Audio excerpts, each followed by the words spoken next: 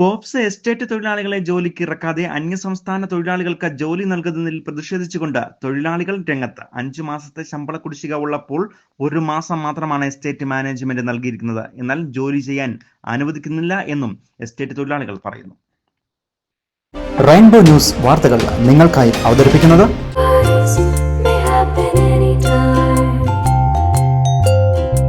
പവിത്ര gold, എന്നും സ്വന്തം. ഒരെണ്ണം കൂടി വാങ്ങായിരുന്നു. വണ്ടിപ്പെരിയാർ പോപ്സ് എസ്റ്റേറ്റ് തൊഴിലാളികൾക്ക് ശമ്പളം നൽകിയിട്ട് 5 മാസം പിന്നിടുകയാണ്. ഇതിനിടയിലാണ് കഴിഞ്ഞ ദിവസം 1 മാസത്തെ ശമ്പളം നൽകിയത്. സ്കൂൾ തുറക്കാൻ ഇനി ദിവസങ്ങൾ മാത്രം ബാക്കി നിൽക്കെ തങ്ങളുടെ കുട്ടികളെ എങ്ങനെ സ്കൂളിൽ വിടും എന്ന ആശങ്കയിൽ ഇരിക്കെയാണ് എസ്റ്റേറ്റ് മാനേജ്മെന്റിന്റെ തൊഴിലാളി ദ്രോഹ നടപടി.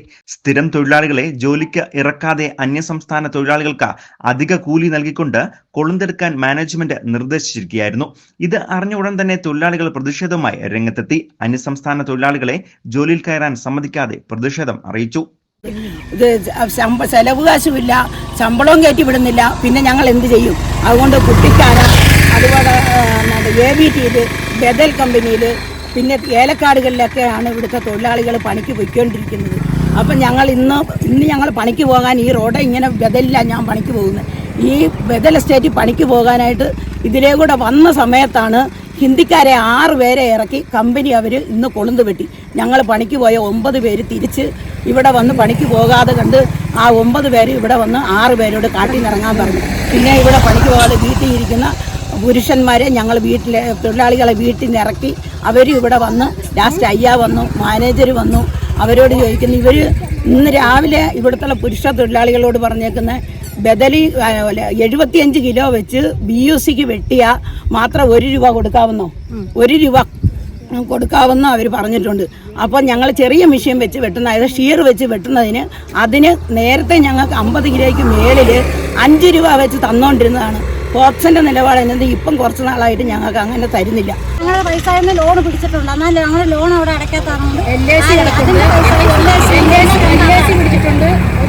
ഞങ്ങൾ പലിശ അങ്ങോട്ട് കൊടുക്കുമായിരുന്നു. ഇന്ന് അവരോട് നമ്മൾ മാനേജ്മെൻറ്റോട് ചോദിച്ചിരിക്കുന്നത് ഞങ്ങളുടെ ശമ്പളമാണ് നമ്മൾ മെയിനായി ചോദിച്ചിരിക്കുന്നത്. ശമ്പളം ഈ 2 ദിവസങ്ങളിൽ 2 മീതിയെങ്കിലും ഞങ്ങൾക്ക് കിട്ടണം.